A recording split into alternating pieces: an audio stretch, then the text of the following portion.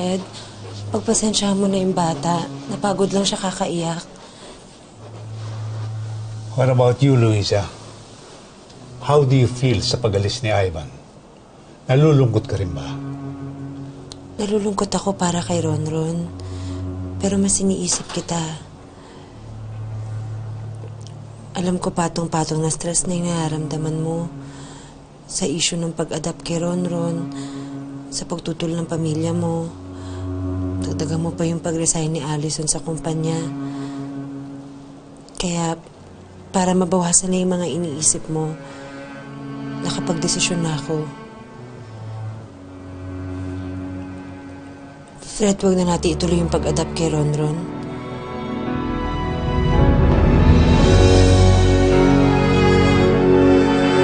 Sa palagay mo, makakalma ako sa desisyon mo yan?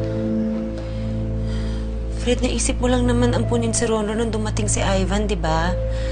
Ngayong lalayo na siya at nangako siya na hindi na naman niya tayo guguluhin.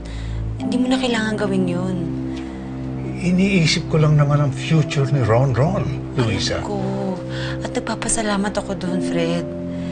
Pero kung ang kapalit nun ay sasakripisyo mong relasyon mo sa pamilya mo at yung kalusugan mo, wag na lang. Nagagalit na sa akin si Stella at Allison tungkol dito. Fred, alam ko na sa stress ka na rin. Kaya kapag nalaman nila na hindi mo na i-adapt si Ronron, titigil na sila. Is that the real reason? O si Ivan pa rin? Dahil talagang siya ang gusto mong maging ama ng iyong anak.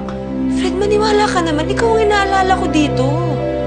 Then why do I get this feeling na lahat ng mga desisyon mo pabor kay Ivan?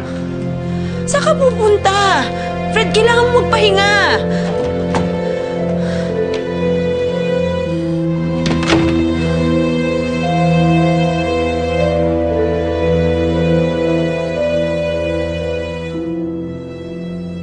Ikaw ang nagbigay ng stress kay Papa.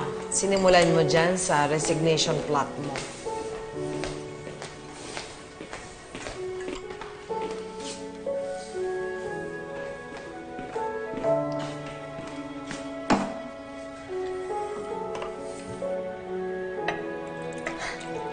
What the hell, Lolo? Kakagaling niyo pa lang sa ospital. Inom kayo?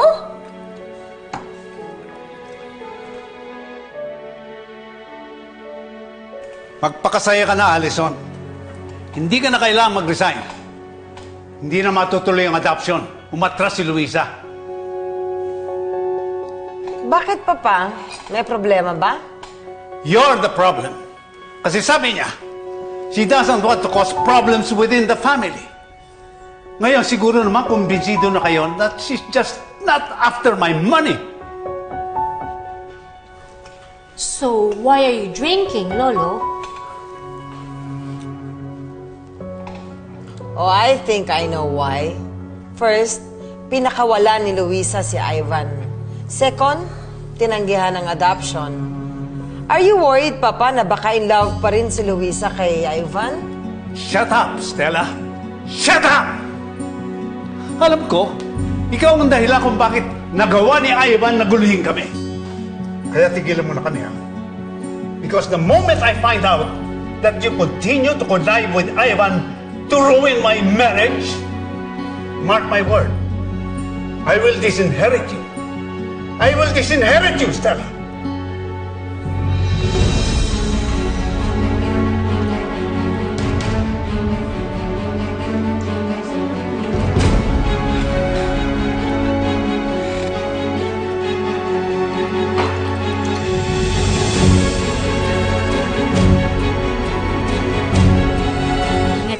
Sa mga sinasabi mo against Luisa.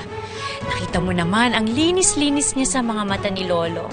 Especially now that she decided not to have Ronron adopted. Kaya ko ring laruin ang laro niya. I don't wanna be caught unprepared. Don't say I didn't warn you. I'll go ahead. Where are you going? I told you, I don't wanna be caught unprepared.